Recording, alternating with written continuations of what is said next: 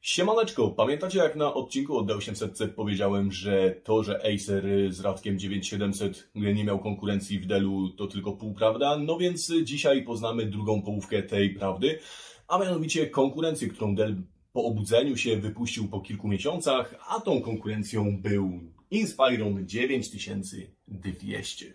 Jest to kolos i tak naprawdę jest to laptop, który tak poprawdzie pobił kilka rekordów na start w momencie, kiedy został wypuszczony. Pierwszy rekord, jaki ten laptop pobił, no to jest to pierwszy 17-calowy laptop z matrycą panoramiczną na świecie. Zarówno Dell, jak i ogólnie wszyscy producenci na świecie nie mieli wcześniej tego typu panelu, takiego laptopa w swojej ofercie. Oprócz tego jest to też pierwszy laptop na świecie z 17-calowym panelem i rozdzielczością Full HD w standardzie 16:10, czyli 1920 na 1200. Więc takie, no można powiedzieć, podwójne wow. Poza tym, jak widzicie, zwarta, fajna konstrukcja. Mi osobiście udało się go dorwać w stanie idealnym, więc tutaj za bardzo nie będziemy sobie wchodzić w temat. Jest kilka spraw, które trzeba zrobić serwisowych, między innymi konserwację, jak też klawiaturę, bo tutaj z jednych takich minusów mamy wyrwany Alt. A poza tym laptop jest w stanie sztos, jeżeli chodzi o obudowy, o stan zewnętrzny jest naprawdę bardzo, bardzo dobrze, więc może nie przedłużając, przejdźmy sobie do tematu samego serwisu.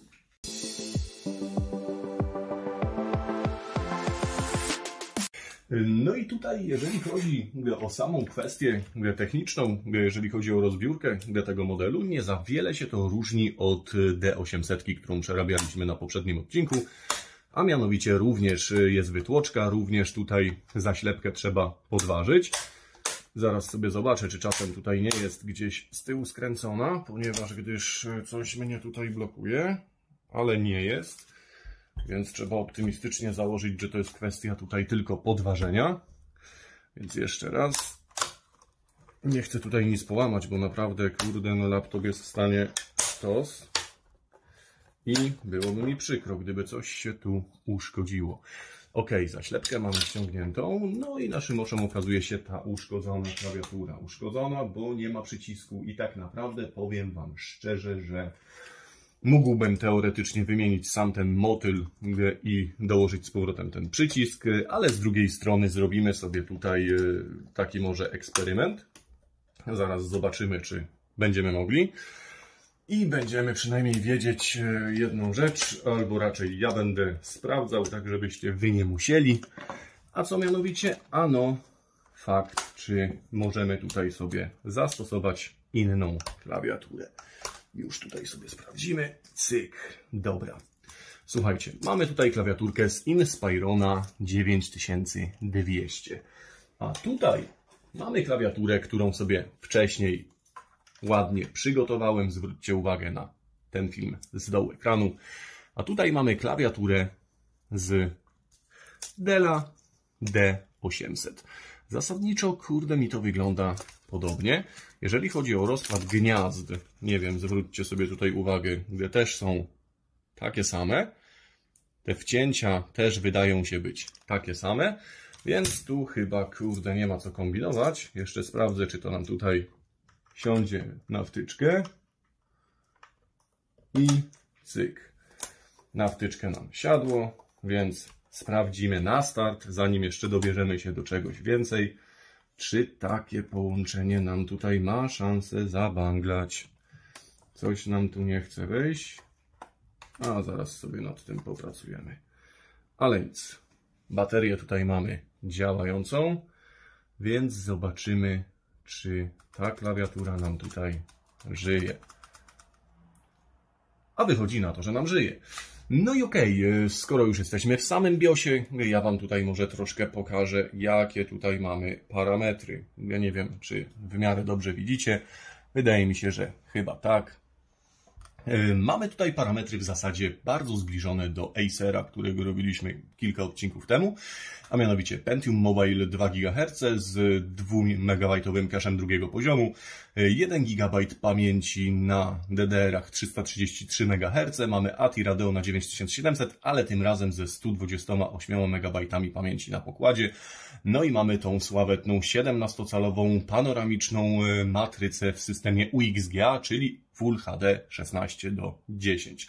Jeżeli chodzi o dźwięk, no to nie mamy tutaj żadnych rewelacji, mamy kodek AC97, natomiast sam ten kodek spróbuję wzbogacić fajnie sterownikami, ale to już sobie omówimy na etapie kolejnego odcinku, gdzie będziemy sobie instalować system i przeprowadzać pomniejsze testy tego laptopa. Dziś sobie zrobimy taki odcinek serwisowy, gdzie zrobimy konserwację, przejrzymy się, jak to jest tutaj wszystko zbudowane i omówimy sobie poszczególne komponenty. Jeżeli chodzi o napędy, mamy tutaj dysk twardy 100 GB oraz napęd DVD-RW combo, na którym tutaj możemy sobie i nagrywać, i odtwarzać filmy DVD. Generalnie sam BIOS jest bardzo ubogi, więcej jakichś specjalnych ustawień tutaj za wiele nie mamy.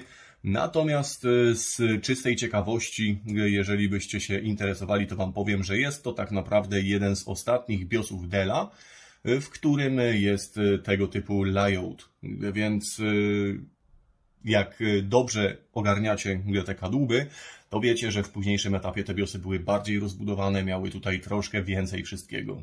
I to jest już jeden z tych ostatnich, gdzie to było takie troszkę po macoszemu, po ubogu. Nie mówię, że źle, ale dobrze też jakoś super nie.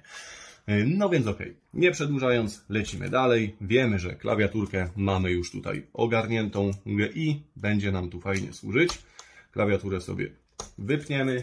I przy okazji, jak sobie wypnę klawiaturę, to wiecie co? Może sobie dla spokojności i bezpieczeństwa wypnę również i baterię. Bateria jest jeszcze całkiem dobrej kondycji. Jak widzicie, ciągle jeszcze naładowana. Oczywiście ja ją ładowałem wcześniej. To nie jest tak, że ona trzyma nie wiadomo ile. Żebyście sobie nie pomyśleli, że Wam tutaj jakieś baje opowiadam. No więc lecimy sobie z tematem. Wy sobie popatrzcie, jak ja go sobie rozbieram na przyspieszonym tempie, a kiedy już się dobierzemy do głównych komponentów, to wtedy sobie omówimy, co my tutaj tak naprawdę mamy i jak to jest zrobione.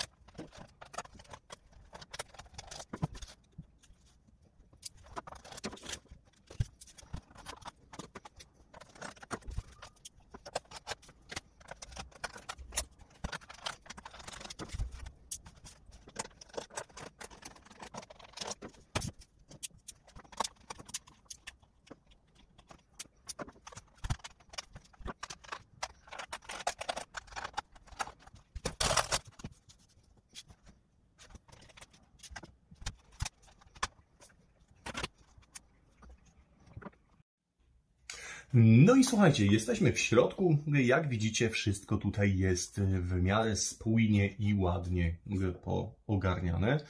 I szczerze Wam powiem, że ta konstrukcja bardzo przypada mi do gustu. Ja naprawdę, kurde, no żałuję, że dziś producenci już nie robią w ten sposób. Ja rozumiem, że cienkość, lekkość i inne sprawy związane raczej bardziej z cięciem kosztów, jak robieniem dobrze klientowi, wymusiły na nas to, co dzisiaj mamy. Natomiast no spójrzcie, jak to jest tutaj rozmieszczone. Wszystko ma swoje miejsce, gdzie tak naprawdę nie ma tutaj za bardzo się co zbyt mocno grzać, dlatego że przepływ powietrza, wszystko jest tutaj fajnie ogarnione. Mamy tutaj osobny radiator i chłodzenie procesora, mamy tutaj osobny radiator i chłodzenie układu graficznego, czyli już lepiej niż mieliśmy w przypadku naszego Acera, gdzie tak naprawdę układ chłodzenia był zintegrowany, więc zobaczymy, jak to nam się tutaj przedłoży na temperatury i na kulturę pracy. Co tutaj jest, myślę, bardzo dobrą rzeczą, to fakt, że sama karta graficzna nie jest chipletowa, tak jak to było w przypadku Acera. Co mam na myśli? Mam na myśli to, że chiplet to tak naprawdę chip graficzny, gdzie mamy dolutowane jeszcze kostki BGA. Jest to wszystko zawarte w jednym układzie, zalane jakimś aluminiowym glutem i postawione na tym układ chłodzenia.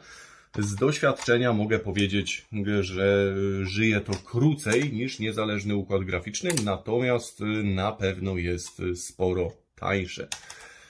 Oprócz tego nie widzę tutaj żadnych plusów w stosowaniu grafik chipletowych. No, na pewno też zajmują sporo mniej miejsca niż tego typu układy graficzne, no ale hej, tutaj mamy pełną kartę graficzną. To jest po prostu coś wow. O, widzicie to? Patrzcie. I dlatego zawsze, ale to zawsze warto luknąć sobie pod pokrywę, co się dzieje, co się darzyło przez te lata. Nawet jeżeli kupicie sobie jakiś retro sprzęt, który jest naprawdę dobrej kondycji zewnętrznej, tak jak w przypadku tego Della, no to spójrzcie, co może się dziać pod maską. Tutaj naprawdę jest kosmos. Zaraz sobie to wyczyszczę. Natomiast no, na dłuższą metę, gdybyśmy tutaj chcieli mocniej przyświrować, gdzieś coś podkręcić, no to troszkę byłaby lipa. I tak, nie przesłyszeliście się, podkręcić. Ja wiem, że połowa z Was ma z tyłu głowy powiedzenie, że laptopów się nie podkręca, a połowa z pozostałej połowy ma z tyłu głowy, słuchaj, laptopów retro się nie podkręca. I generalnie, słuchajcie, ja jestem skłonny się zgodzić z każdą połówką i każdą ćwiartką. Natomiast wychodzę też z założenia, że każdy robi to, co uważa za słuszne. I szczerze powiedziawszy, ja lubię to robić, lubię podkręcać. Wiem, jakie ryzyko się z tym wiąże, a z drugiej strony nie przeszkadza mi to. I okej, będzie mi bardzo przykro, jeżeli kiedyś w końcu uszkodzę jakiś sprzęt podkręcaniem. Natomiast jestem zdania, że jeżeli się to robi z głową, to myślę, że jakoś specjalnie nie wpływa się zbyt mocno na żywotność sprzętu, a można wycisnąć kilka dodatkowych FPS-ów. I myślę, że tutaj też sobie taki odcinek zrobimy, gdzie pokażę Wam, jak ja podkręcam te retrolapki, z czym to się je, jak to działa i czy to działa. No, jak widzicie, tutaj też szału nie ma. Jeżeli chodzi o sam wentylator, no nie jest jakoś specjalnie czysty, ale zaraz Wam pokażę finy radiatora, bo to jest coś, co warto zobaczyć. Naprawdę, kurde, już ja widzę, że tutaj jest grubo, natomiast Wy zaraz sobie to również zobaczycie. Ale kurde jazda, ja pierniczę. O kurczę. Popatrz. Popatrz, Mieciu. Rany boskie święte, co tutaj się stało. Tutaj nie ma żadnego przepływu powietrza. Tu tak naprawdę to wszystko już się tylko i wyłącznie grzało, a wentylator to był taki pic na wodę, fotomontaż. I generalnie no jest jak jest. Nawet ten thermal pad, który tutaj ma 0,1 mm, jest już odspojony, odparzony ze względu na temperaturę. Tutaj no jest troszkę masakra. No nic, wyczyścimy sobie to wszystko i spróbuję to tutaj do porządku eleganckiego doprowadzić. Więc tak to mniej więcej jest zbudowane. Zaraz sobie, jak sobie to wszystko obczyszczę, omówimy sobie jeszcze może kartę graficzną, zobaczymy, jak ona wygląda pod radiatorem, bo myślę, że część z Was może to ciekawić. A jeszcze z ciekawszych rzeczy, jakie tutaj mamy, spójrzcie, mamy tutaj dwa głośniki, które oczywiście też należy wyczyścić. Mamy głośnik prawy, mamy głośnik lewy, ale mamy tutaj jeszcze głośnik niskotonowy. Tutaj w tym laptopie mamy zestaw głośników 2 i 1. Więc jeżeli chodzi o audio, też myślę, że będzie bardzo, bardzo dobrze. I no, jest to naprawdę bardzo kozacki laptop do retrogiercowania w gry z tamtego okresu, a z drugiej strony, kurde, nie wyobrażam sobie nawet, jak to byłoby mieć takiego laptopa w tamtych czasach. To po prostu ja pierniczę. To jest laptop, który wyszedł w 2003 roku i tak po prawdzie, kurde, w tamtych latach to był taki, no, niemalże top of the top. On śmiało mógł konkurować z topowymi stacjonarkami i jakoś mega bardzo mocno od nich nie odstawać. To jest coś, co po prostu ryje beret. I kurde, fakt, że ktoś miał taki sprzęt w tamtym czasie i mógł się na nim bawić, no, musiało robić niesamowite wrażenie na ludziach, którzy na co dzień wracali do swoich stacjonarek z jakimś MX-em 460 albo innym Radeonem 9000. No nic. Nie będę przeciągał w nieskończoność. Ja się biorę do roboty, a my zaraz się słuchamy, jak tylko się odrobię z czyszczeniem układów chłodzenia.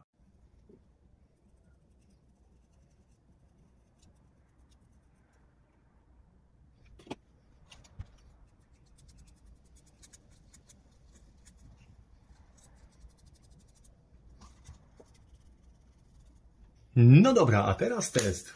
Ściągnąłem Thermalpad, który ma, jak wcześniej wspomniałem, grubość około 0,1 mm. Tutaj jeszcze była pasta termoprzewodząca oryginalnie z jednej i z drugiej strony.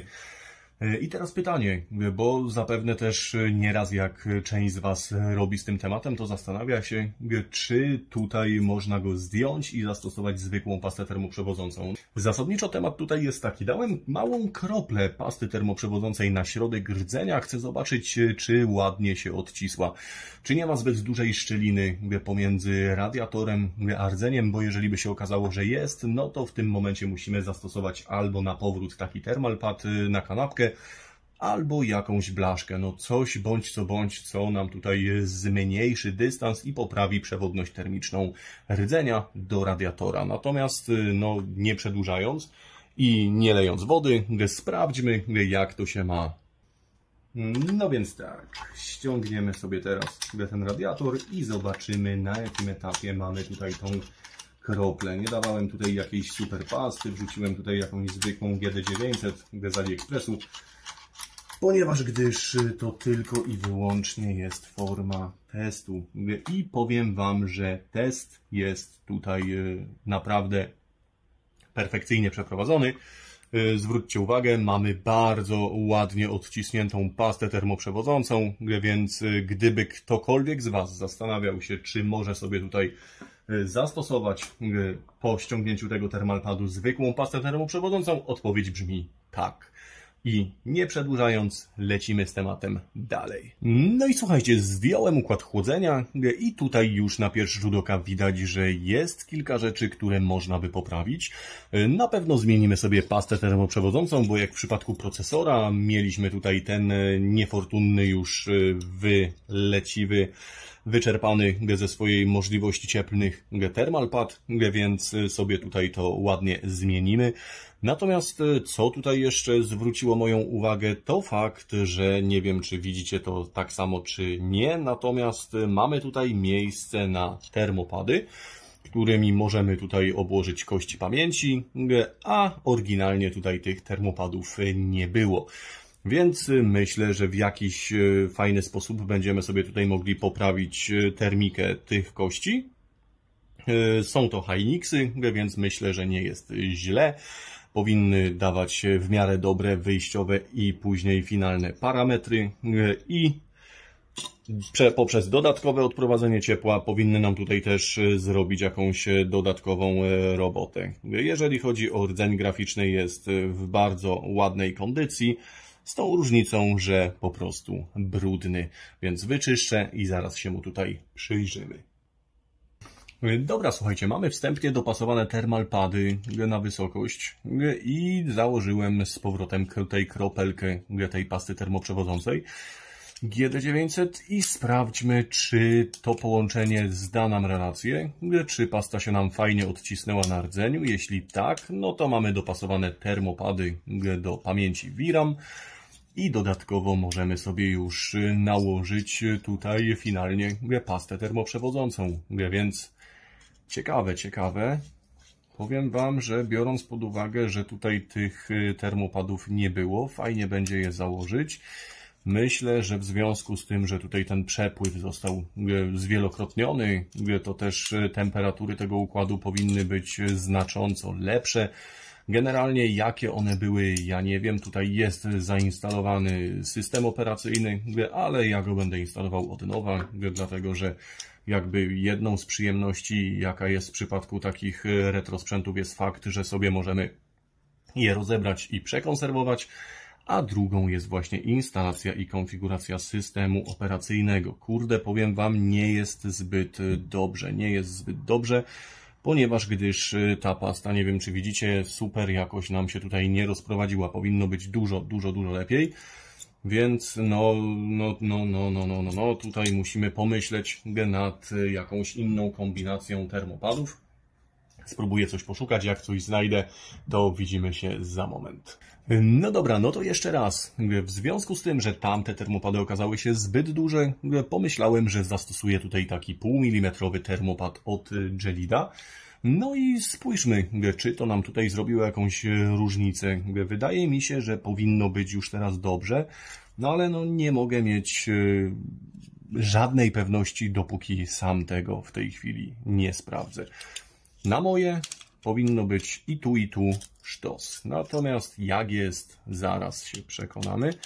I jeżeli będzie ok, no to możemy już sobie tutaj robić właściwą termikę i składać pomału ten kadłub do kupy. Nie wiem, czy wy tak macie, ale ja tak mam, że kurczę, jak sobie robię tak z tym retro sprzętem, to zawsze mam taką żyłkę niepewności, taką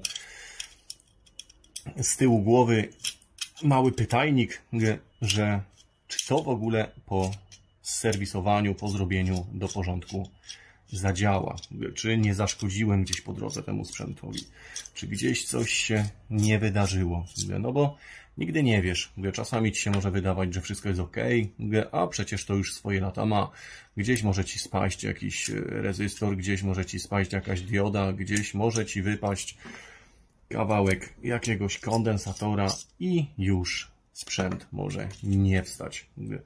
Więc jakby nigdy do końca nie jestem pewny, jak to się skończy.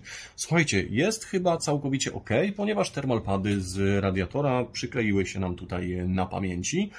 Co za tym idzie, jest fajnie, a zwróćcie uwagę, jeżeli chodzi o rdzeń, tym razem bardzo ładnie się nam to tutaj rozprowadziło. Więc kurde, powiem to, wydaje mi się, że jesteśmy w domu i możemy to tutaj już do kupy składać. A na czym sobie to złożymy? A kurde, złożymy sobie to na czymś takim. Cryonaut Thermal Grizzly, zwykła pasta termoprzewodząca. Dlaczego nie ciekły metal? No, uważni widzowie już wiedzą, dlaczego nie ciekły metal, a ciekły metal nie, ponieważ gdyż, jak zdążyliście tutaj słusznie zauważyć, bądź też nie, mamy aluminiowe radiatory. W związku z tym, że mamy aluminiowe radiatory, no niestety ciekłego metalu zastosować się nie możemy, ponieważ rozpuściłby nam tutaj ten cały radiator. I damy sobie tutaj ładnie Thermal Grizzly, skręcimy i możemy montować.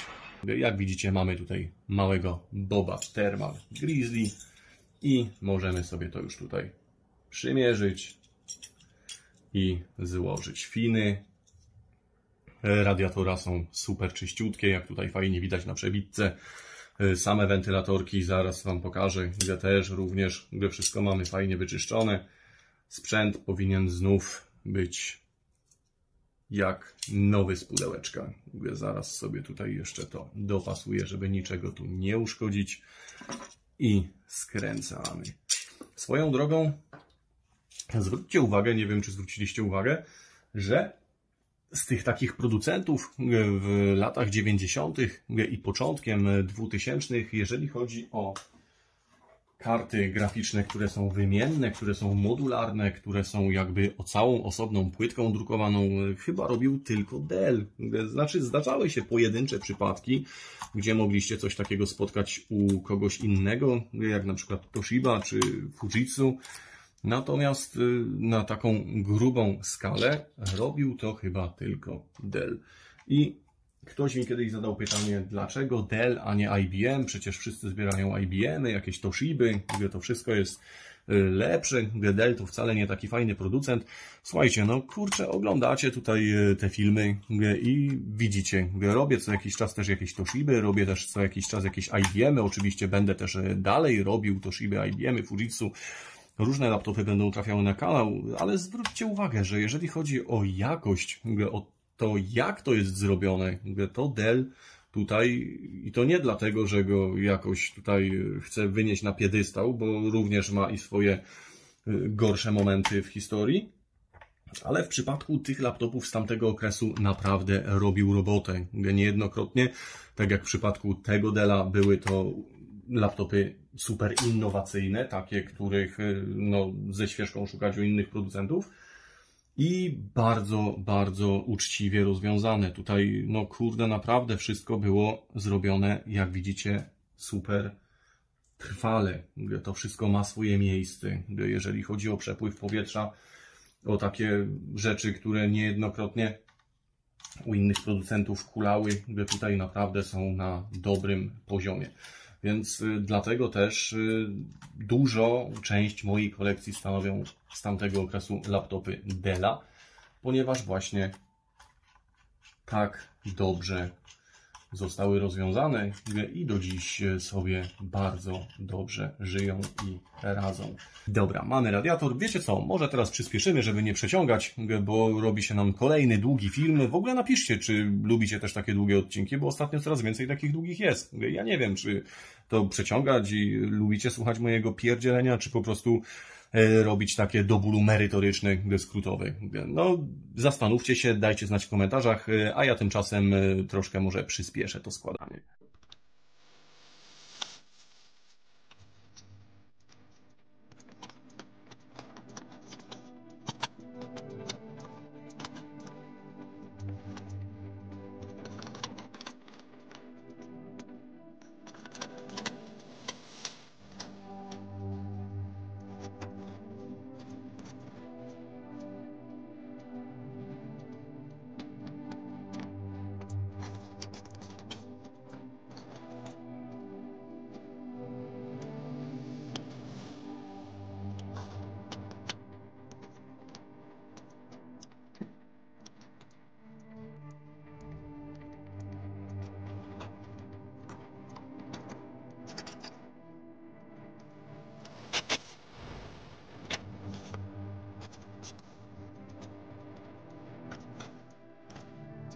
Zwróćcie uwagę, jak kiedyś były robione wzmocnienia zawiasów i całego palmrestu. Dziś już czegoś takiego nie uświadczymy praktycznie w żadnej konstrukcji.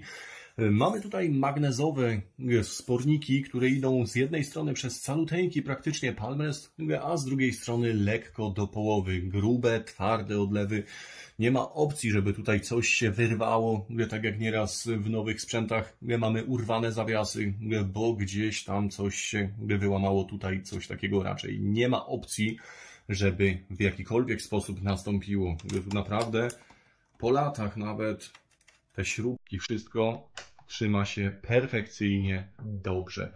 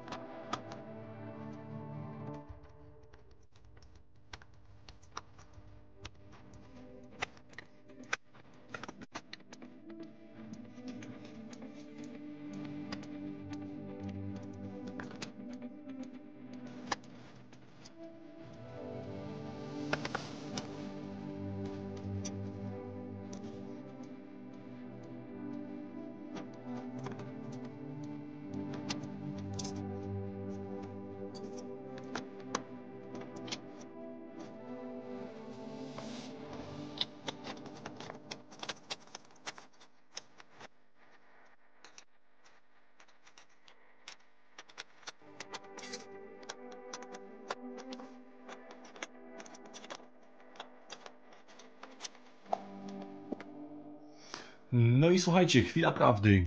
Z rzeczy mniej fajnych okazało się, że niestety tamta klawiatura, pomimo tego, że fizycznie gniazdo pasuje i da się nią bez problemu sterować samym laptopem, to nie pasują tutaj zatrzaski, które są w obudowie. Same te tutaj rowki aluminiowe są przesunięte o około centymetr w prawo, co za tym idzie, nie jestem w stanie wykorzystać tego panelu. Próbowałem przełożyć motyla z klawiszem z tej klawiatury do tej. Okazało się, że no niestety tutaj motyle są troszkę inne Będę jeszcze walczyć, oczywiście na bank tak tego nie zostawię, więc przy okazji następnego odcinka, jak się uda, no to opowiem Wam o zmaganiach z tą klawiaturą i co i z czego udało się tutaj uzyskać. A tymczasem, cóż, laptop jest już złożony, serwis został przeprowadzony, myślę, bardzo dobrze, a teraz najważniejsze, a mianowicie, czy to w ogóle zadziała. Więc nie przedłużając, ciach. Coś tu? Kurde, nie jest źle, słuchajcie, nie jest chyba tak źle. Spójrzmy, czy tutaj coś nam się zepsuło, podziało. Więc tak, nadal mamy 1024 MB pamięci RAM w 2x512 333 MHz. Mamy dalej Radeona 9700 128 MB Pentium Mobile 2 GHz 2048 KB cache'u. AC97 100 GB dysk DVD-RW Combo, czyli tak naprawdę przywróciliśmy ten laptop i to żyje. A czy wszystko jest dobrze? Jak to wygląda teraz? Jak temat temperatur? I czy taki wielki kolos fajnie służy do retro gamingu? Oraz czy da się go tutaj troszkę podkręcić? W związku z tym, że zrobiliśmy porządnie termikę, to już sobie zostawimy, myślę, na następny odcinek. I cóż, jeżeli filmik się podobał, łapa w górę, jeżeli filmik się nie podobał, łapa w dół. Natomiast uważam, że jeżeli ten content do Was trafia, to śmiało możecie rozważyć subskrypcję, będzie mi na pewno bardzo miło i napędzi mnie to do tworzenia coraz to nowszych treści. Z mojej strony na ten moment tyle. Dzięki, cześć.